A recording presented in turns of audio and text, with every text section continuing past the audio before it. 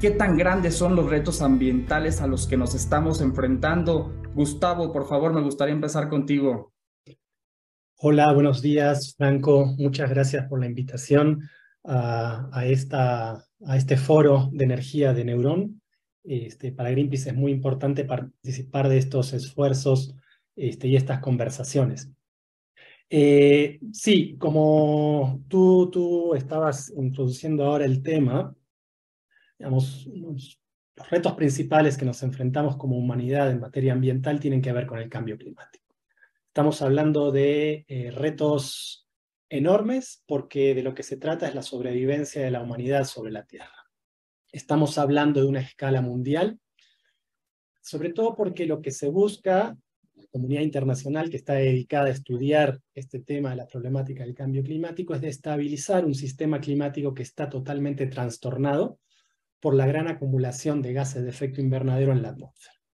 Esta acumulación es una acumulación inducida por el hombre, como tú decías hace un ratito, que comenzó de manera tibia con la revolución industrial y se aceleró tremendamente, ya sin control, desde fines de los años 60 del siglo pasado. Y esos gases de efecto invernadero que provocan el cambio climático, siguen siendo emitidos a grandes cantidades y como resultado, la temperatura de promedio del planeta sigue aumentando. El año pasado, 2022, lo que se considera que es la autoridad científica en esta materia asociada a Naciones Unidas, que es el Panel Intergubernamental de Cambio Climático, o conocido por su sigla en inglés, que es el IPCC, presentó un documento de síntesis sobre las investigaciones más recientes que hicieron este cuerpo de científicos de todos los países, alrededor de 1000 científicos y científicas de todos los países que estudian diferentes vertientes relacionadas al cambio climático. Entonces el panel concluye este reporte de síntesis de una manera muy alarmante, diciendo que la evidencia científica acumulada es inequívoca y que el cambio climático es una amenaza para el bienestar humano y la salud del planeta. Entonces estamos hablando de un desafío civilizatorio, de una crisis planetaria. Y además el IPCC agrega que cualquier retraso en la acción global concertada y anticipada hará que se pierda una breve y rápida oportunidad para asegurar un futuro habitable y sostenible para todos. Por esto, esta insistencia que tú también mencionabas, de esta década de oportunidad, ¿no? Esta década que va del 2020 al 2030, que ya tenemos 3 años, estamos en el tercer año de esa década, y que es importante que de aquí al 2030 se tomen las medidas más radicales para poder detener este problema de dimensiones globales, ¿no?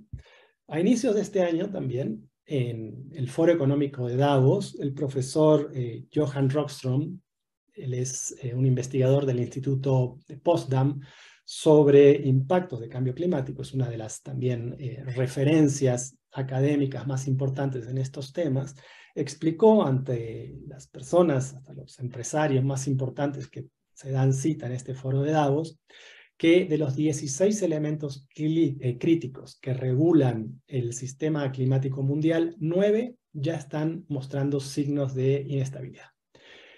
Y más aún, 4 de esos elementos ya están en riesgo con un aumento de la temperatura de 1.5 grados. Esta referencia al 1.5 grados, pues bueno, es lo que la comunidad internacional se ha puesto como límite más optimista, bueno, digamos, deseable en materia de aumento de la temperatura global para fin de este siglo. No obstante, hoy por hoy, si no me equivoco, el aumento de la temperatura promedio ya está en 1.3, está muy cerca de ese 1.5.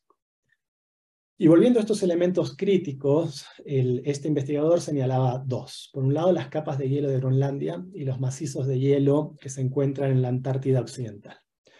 Lo que él dice es que con un aumento de 2 grados en la temperatura promedio, lo cual estamos bastante cerca, estos macizos de hielo se estarían derritiendo y volcando al mar tal cantidad de hielo y agua que el nivel promedio del mar estaría aumentando en 10 metros, lo cual es tremendo, es terrible. Estamos hablando de 10 metros. Podemos pensar sin lugar a dudas que, por ejemplo, la parte sur del Golfo de México, en los estados de Tabasco y de Campeche estarían quedando por debajo del nivel del mar. Ya estamos viendo, digamos, consecuencias y los impactos del cambio climático, por ejemplo, en el estado de Tabasco. Greenpeace con otras organizaciones ha estado documentando desde el año pasado y la semana pasada también cómo el nivel del mar está comiéndose la línea de costa en la comunidad del Bosque, que está a la desembocadura del río Grijalva, por ejemplo. Muy cerca, por cierto, de la refinería de Dos Bocas. Entonces, estamos hablando de un problema de magnitudes planetarias, estamos hablando de una crisis civilizatoria, estamos hablando de extinciones masivas, de contaminación del aire, como se decía en la presentación de Eduardo al principio, siendo el área metropolitana de Monterrey una de las peores de nuestro país, lamentablemente, alteración irreversible de ecosistemas y las funciones vitales que estos ecosistemas proveen para nosotros como seres humanos que habitamos en este planeta. Entonces, digamos, esta crisis planetaria con una inestabilidad en el sistema que regula el clima global es como el principal reto, aunque si bien todo esto parece como muy catastrófico, también al mismo tiempo sabemos qué hay que hacer para poder evitar los peores escenarios. Y una de las cosas principales que tenemos que hacer es acelerar la transición energética, de la cual también se estaba hablando al principio, porque ha quedado claro que seguir apuntalando el desarrollo de las economías de los países en los combustibles fósiles no nos lleva a ningún lugar viable para la vida en el planeta. Ya lo estamos constatando desde hace varios años.